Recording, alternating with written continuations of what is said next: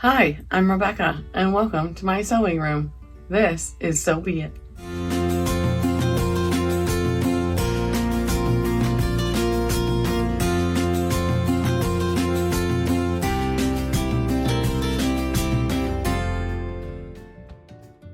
Welcome back if you've been here before, and welcome if this is your first time, and thank you for watching.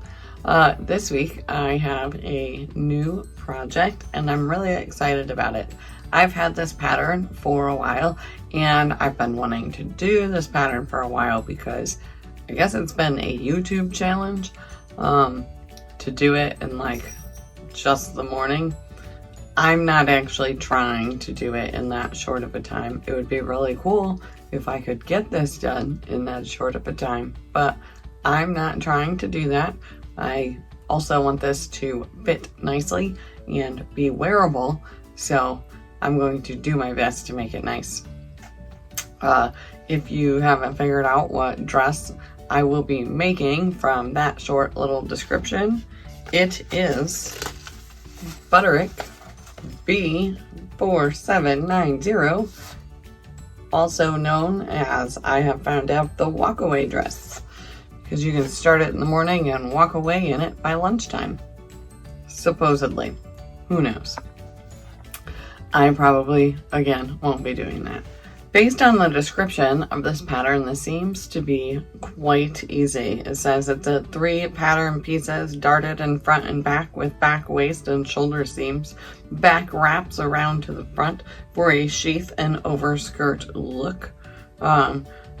Dress A has a contrast back and skirt, and there's bias taped finished edges, as you can see on this picture here. It's a little bit harder to see on the picture of dress A.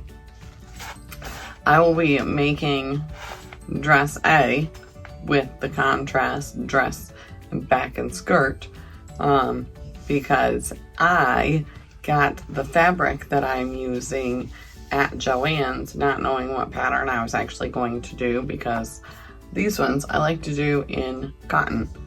It's a lightweight cotton. I actually got a quilting cotton. And the fabric choices for this are lightweight broadcloth, lightweight teak, and lightweight linen and taffeta. So cotton kind of does just fit in there. It will still fit the way that the pattern has been made for the most part. So that's what I did. But I found a really, really nice keepsake, Joann's keepsake quilting cotton. I think that's what it's, keepsake calico quilting cotton. And I really, really liked the colorway. It's really pretty blue, turquoise, cerulean, and some green floral print, and I am really loving the florals as usual. You can see I like just about anything with florals. Turns out this pattern calls for, and it's a 45-inch fabric, so 45 inches, this pattern calls for 5 yards, not 4 yards. So I have to do contrast, and the contrast calls for 1 3/8 yards. I ended up getting 2 yards just to be sure that I have enough fabric, and turns out at 45 inches wide for my what is technically the dress fabric, it is just barely wide enough to fit the full pattern piece on. It just fits. It's just wide enough. But I found one. I went to a local quilting shop looking for another quilting cotton, since that's what I was using, and I took my floral and I color matched, and I found this really cool, and it's quite soft. It's a Shadow Play by Maywood Studios fabric. Right side of the fabric there. It has a little bit of a, I don't really know what to call it. It looks textured, but it's not. is that just different dye colors, a gradient. It's not really a gradient, it's kind of marbled in there. I don't really know how to describe it, but I think it'll make a really, really pretty walkaway dress. I also thought that the quilting store would have bias tape, but they actually didn't have anything of the sort. So I stopped at the local Walmart thinking hopefully they have a color of bias tape that will look good and possibly match. And if it doesn't match, I could at least get a white because there's white in the floral. So I was hoping for the best, and the bias tape I found is almost a perfect match for the second quilting cotton that I have. So I really lucked out on that. However, I don't have a matching thread. I'm going to use the same thread that I used for my flannel shirt that I made a couple months back, probably in January. I think I made it. It will be quite a contrast on that bias tape, but I think it'll add a fun decorative element, and it does match the floral print that I have. So that's what I'll be doing. I have my entire pattern pieces. You can kind of see them on the table behind me. They are all cut out. The skirt piece is really, really big. It's actually supposed to be 2 pattern pieces that are taped together. So I still have to figure out exactly how to do that. I'll look at the directions, obviously, and there's markings on the patterns, like probably 20 little dots all in a row that I think are supposed to be lined up, and then you tape it together into one giant skirt piece. All right, so I really did want to show you just exactly how close this actual dress piece is to barely fitting on this piece of fabric. So I have it laid out. I folded it goofy yesterday, so my fold's not quite where it needs to be, but that'll be okay. I'll flatten it out as I pin it. So this is a very straight dress, except for there's some darts here in the front. And if I flatten this out, oh, I gotta turn it around. That side's on the fold. If I flatten this out, so this is on the fold, it just fits inside that selvage. Good thing I didn't need to go up another size. So I just wanted to show that to you. I'm gonna pull this down. I'm sorry, my new neighbors are ridiculously noisy, so hopefully that won't be all in the video. I'm going to pull this down, and then I'm going to pin this piece and cut it out, and then I will be, I will be back to show you the skirt piece on the floral.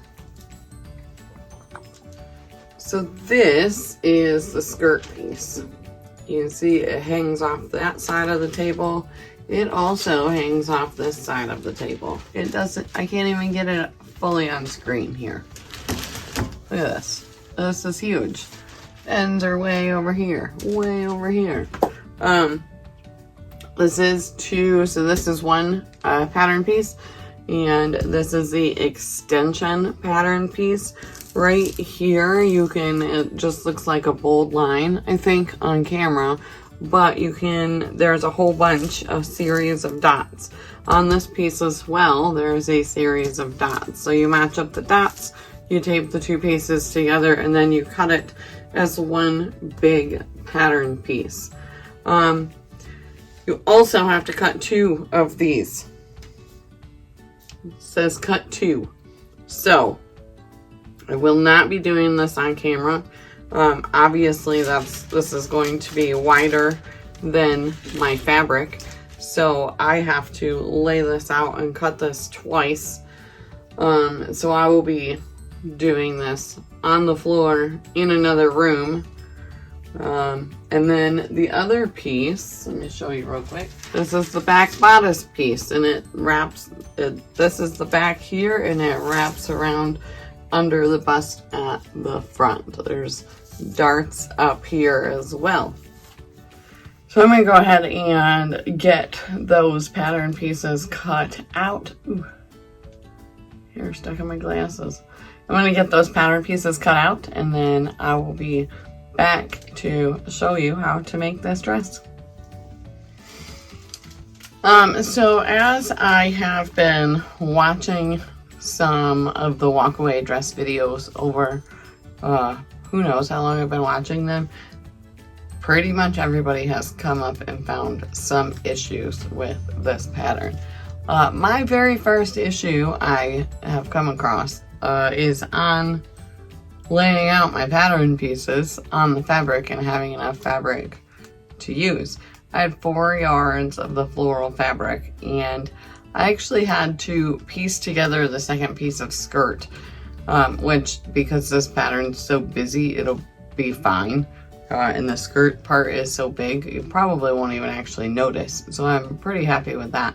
But I've got like this goofy, I don't know the shape of it, like an eye shape in one of the skirt panels that I had to piece together with another piece of fabric. So there'll be a goofy kind of arc seam on that piece, but I'm really not too worried about it. Secondly, because the skirt pieces were so big, instead of cutting my back piece on the fold, as it says, I had to cut it in 2 pieces because I didn't have a spot for the fold. So I also added seam allowance, but I had to draw in my stitching line because I didn't have enough seam allowance. I'm gonna have a goofy seam if I follow the cut fabric that I have. And the corner also of this piece is cut off, but that's in the seam allowance, so that will be okay. It'll be reinforced. I'm not worried about it because that's happened many times. So that's my first issues with this pattern. We'll see how it goes from here on out. But I do get to move on to actually working on making the dress now. So the first steps of this is the front and back darts. There are bust darts that are right about here, mid bust, and then there are waist darts. Let me double check. There are waist darts at the, like, kind of princess seam-ish darts, and then there are 2 further into the center, and there are also darts on the back. So that is the first step, is to get the darts. I will also be sewing the back seam for my back bodice pieces together so that they can be on the fold. And then once I get my darts pressed and, sewn and pressed, I will be back to tell you the next step. So I have everything, well, all of my darts done. This is the back, which wraps around to the front at the waist. This is the front. All of the darts done. And this wraps all the way around to the back, and we'll have a button in these 2 spots and attach together there. I also have the lower front and back is what they call it, but it's the skirt of the dress. The 2 pattern pieces, you just have to sew the seam there. So I have the skirt put together and that seam is pressed. Where I had to add extra fabric to the skirt piece because I didn't have enough. I actually have to find it. There it is.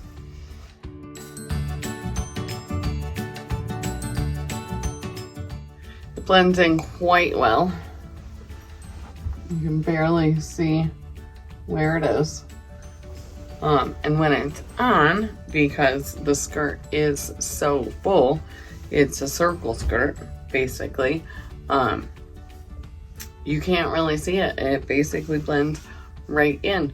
So that's quite nice. The next step of this now is to stay stitch the waist on the skirt and then attach that to the back, upper back, this piece. Matching the centers and the symbols, which there's some dots on there, and then clipping the lower front and back where necessary. So it looks like I may have to clip the skirt a little bit to fit with the bodice piece. We will see. After that, you also have to double stitch that seam, which in this case you're not stitching on top of the original stitch, you're stitching a 1/4 inch away from the original stitch. So then that seam allowance would be 3/8 of an inch for your second seam. After that, make sure you press the waistband up and then stitch the shoulders front and back together. So I'm going to go ahead and do that, and then I'll be back and show you how it looks from there and what we have to do after that. So here is the front of the dress and the back all stitched together. So the next step is to do a rolled hem, a 5/8 inch rolled hem on the bottom of the front and the back. So I'm going to go ahead and do that, but then following the hemming is encasing the edges of the dress with the bias tape. So the first thing to do after the hem is the neck, encasing the neck with bias tape. So I will go ahead and be back to show you how to do that. I have the dress all hemmed. Took a while because the lower front and back is a circle skirt, and that always takes a bit of time to do a rolled hem, but it's all done. So the next step is to bind literally everything. I made a video previously actually on how to bind seams, and you do this the exact same way, but it's just one layer of fabric instead of two for the most part that you would with the seams. So I have my bias tape here, and I will put the seam binding video in the description below so you can watch that. But a little reminder with your bias tape, you have one side, there we go, that is a little bit shorter, and that is the side that goes on the outside of the garment for binding. It's not seams, but for binding the edges.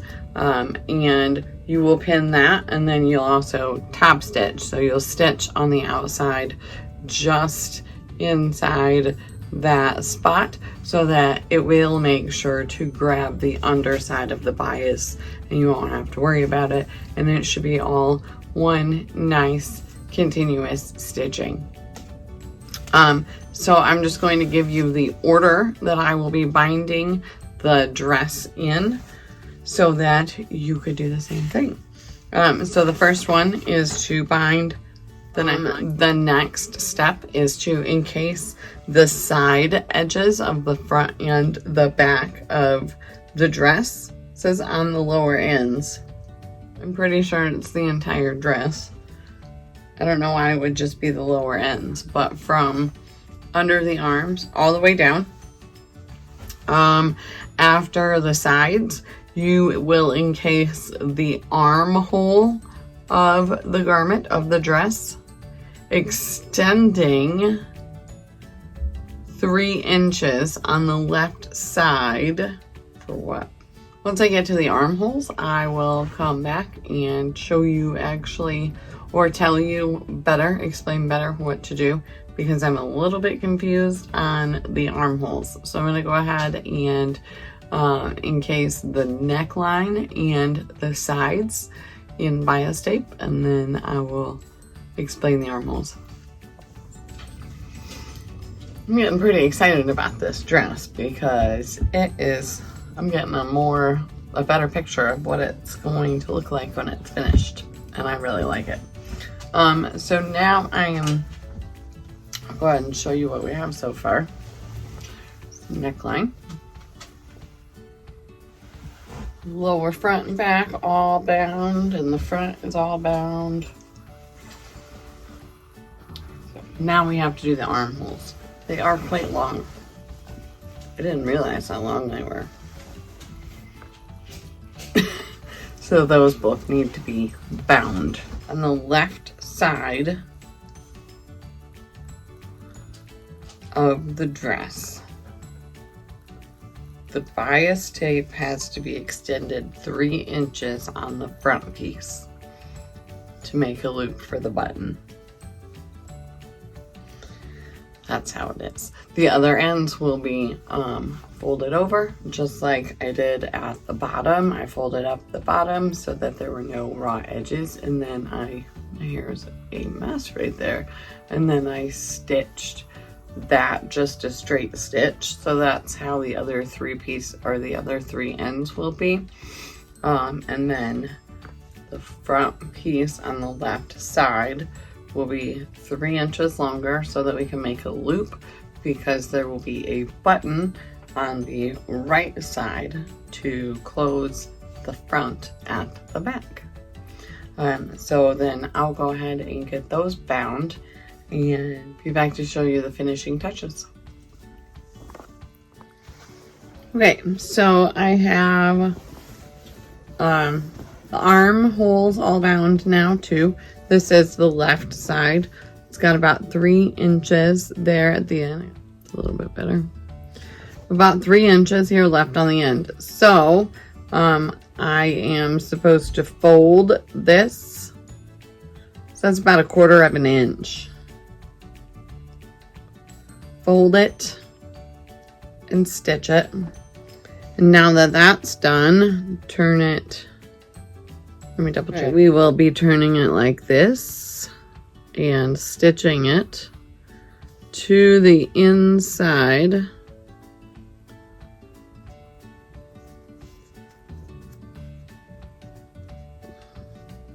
Right there underneath the, where it's bound.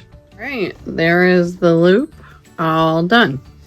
On the other side, let me double check everything. Now that the loop is done, on the other side of the front, we need to sew a button. I have some really kind of cool buttons. They're this blue, but they've got a bit of a shape on there to make it look like it's kind of sparkly in the right sun.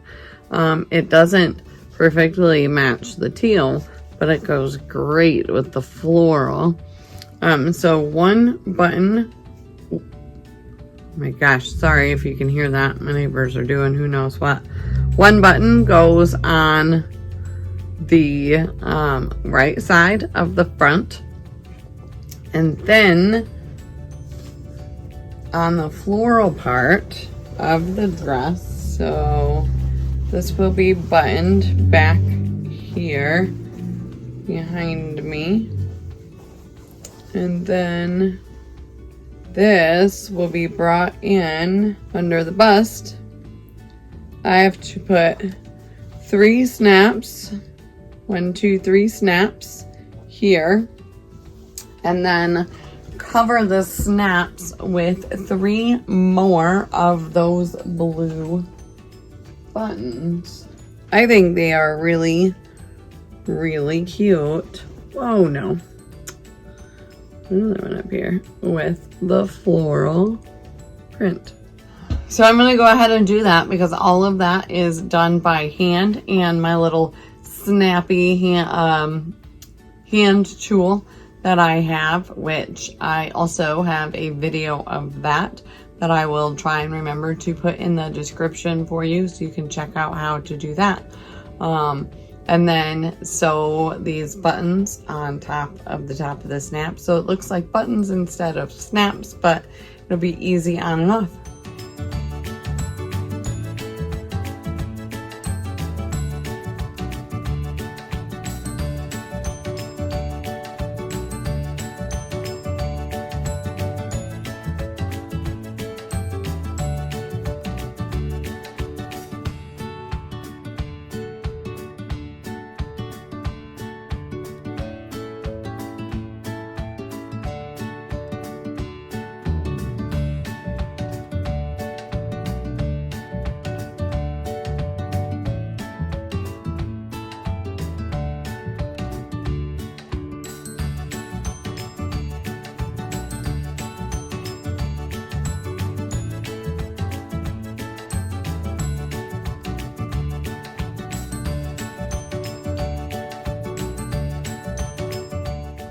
So that's the video of my Butterick Retro Fit 1952 Fast and Easy Walk-Away dress. Since I didn't make a mock-up, this is basically my wearable toile.